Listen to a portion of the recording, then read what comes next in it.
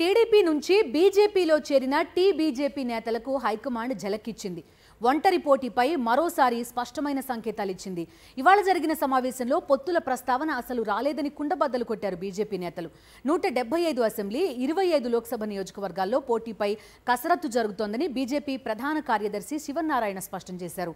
పొత్తులపై చర్చించామని, పొత్తులు కోరుకుంటున్నామని ఇవాళ సీఎం రమేష్, ఆదినారాయణ రెడ్డి, విష్ణుకుమార్ రాజు చెప్పుకొచ్చారు. అయితే బీజేపీ ప్రధాన కార్యదర్శి శివనారాయణ ఇచ్చిన స్టేట్మెంట్తో బీజేపీ నేతలకు ఝలకిచ్చినట్టయింది.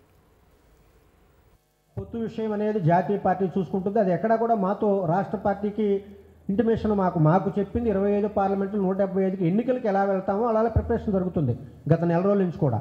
ఇప్పుడు తప్పనిసరిగా ఈ 2-3 రోజుల్లో అన్ని జిల్లాల నుంచి పిలిచి వాళ్ళ 175 అసెంబ్లీలకి 25 పార్లమెంట్లకి మనం ఎలా పోటీ చేయాలి, ఎక్కడెక్కడ ఏ విధంగా ఉందనే దాని మీద చర్చ జరుగుతుంది.